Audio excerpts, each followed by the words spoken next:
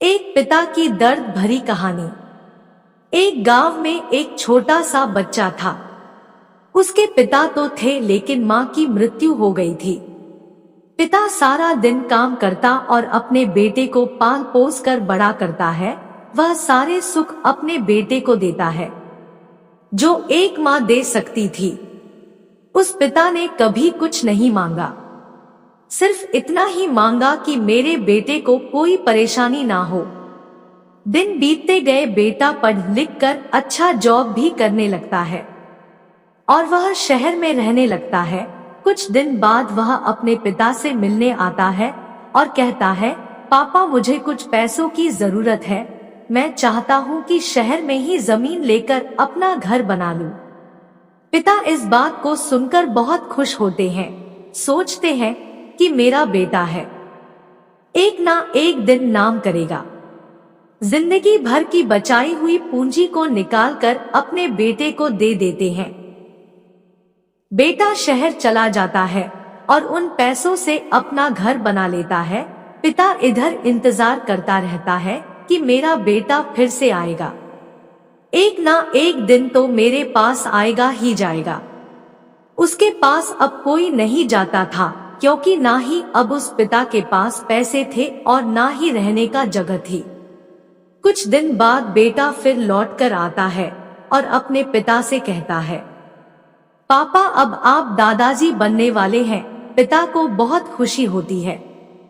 इस बात को सुनकर वह कहते हैं, तू मुझे मेरी बहू और पोता से कब मिलाएगा? बेटा कहता है, बस पापा थोड़े दिन और। पापा मुझे कुछ पैसों की जरूरत है, क्योंकि आजकल थोड़ा जॉब में खींच बीच हो रहा है, जिसके कारण से मुझे कुछ दिन के लिए सस्पेंड कर दिया गया है। पिता के पास कुछ नहीं रहता है देने के लिए, लेकिन फिर भी कहता है, अच्छा बेटा तू रुक, मैं अभी आया कुछ पैसों का बंदोबस्त करके। पिता बाद में महाजन से कुछ पैसे उधार लेकर अपने बेटे को दे देता है और बेटा पैसे लेकर शहर चला जाता है। बरसों गुजर जाते हैं।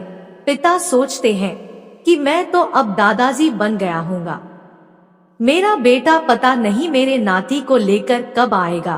फिर सोचने लगते हैं, समय नहीं मिलता होगा इसलिए मेरा बेटा अभी तक आया नहीं, वरना आया जरूर होता।